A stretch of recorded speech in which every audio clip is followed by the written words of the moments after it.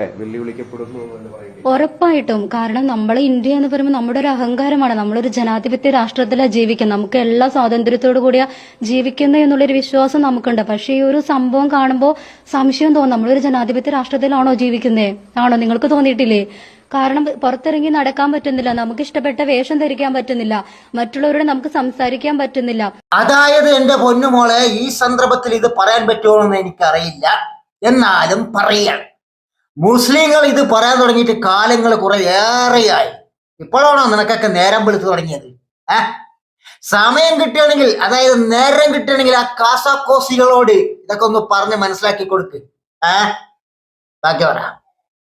ശരിക്കും പറഞ്ഞിരുന്നു എപ്പോഴെങ്കിലും, അതായത് ഈ സഭാവസ്ത്രമൊക്കെ ധരിച്ച് നടക്കുമ്പോൾ പേടിക്കണം എന്നൊരു കണ്ടീഷൻ ഉണ്ട് എന്ന് പല സംഘടനകളും പറയുന്നു. ഉറപ്പായിട്ടും പറയുന്നുണ്ട്. എൻ്റെ ഒരു കസിൻ വേറൊരു അച്ഛനാണ്. അപ്പൊ അച്ഛൻ ഹൈദരാബാദിലാണ്. ഇപ്പൊ ഇന്നലെ ഞാൻ വിളിച്ച് സംസാരിച്ചപ്പോൾ പറയുവാണ്, അതിഭീകരമാണെന്ന് അവിടുത്തെ നോർത്ത് ഇന്ത്യയിലെ അവസ്ഥ. അവർക്ക് സഭാവസ്ത്രത്തിൽ അവർക്ക് കോൺഫിഡൻസോട് കൂടി അവർക്ക് പുറത്തിറങ്ങാൻ പറ്റുന്നില്ല, പേടിയാണ്. എന്താ സംഭവം? ഉറപ്പായിട്ടും ആക്രമിക്കപ്പെട്ടേക്കാം. അതായത് പൊന്നുമോളെ, മുസ്ലിങ്ങൾ പീഡിപ്പിക്കപ്പെടുമ്പോൾ മൗനം പാലിച്ചിരുന്നു കൊണ്ട് ഇതൊന്നും ഞങ്ങൾക്ക് വരില്ല, ഇതൊന്നും ഞങ്ങൾക്ക് സംഭവിക്കാൻ പോകുന്നില്ല എന്ന് മനസ്സിൽ ആശ്വസിച്ചും സന്തോഷിച്ചിരിക്കുമ്പോൾ ഓർക്കണമായിരുന്നു, ഇന്ന് മുസ്ലിങ്ങളാണെങ്കിൽ അത് നാളെ നിങ്ങൾക്ക് നേരെയും വരുമെന്ന്. ഇപ്പൊ വന്നില്ലേ? ഇപ്പൊ കുത്തണേ, കുരക്കണേ, കടിക്കണേ, മാന്തണേ, പിച്ചണേ എന്ന് പറഞ്ഞ കരഞ്ഞിട്ടൊന്നും ഈ ഒരു കാര്യമില്ല പൊന്നുമോളെ. അനുഭവിക്ക എന്നേ പറയാൻ പറ്റും. ബാക്കി ഇവിടെ പറ.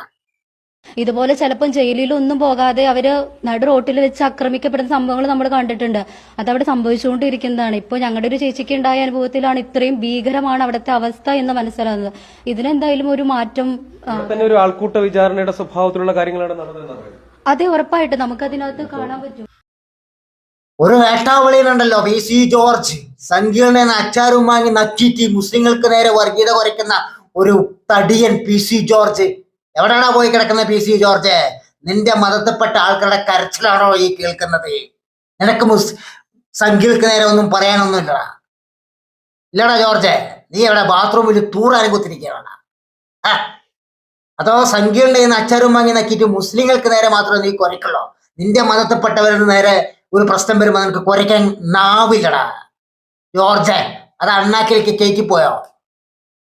ഇപ്പൊ നിന്റെ സാമാനം പൊന്തില്ലടാ ജോർജ്, PC ജോർജ് പൊണ്ണത്തടിയ.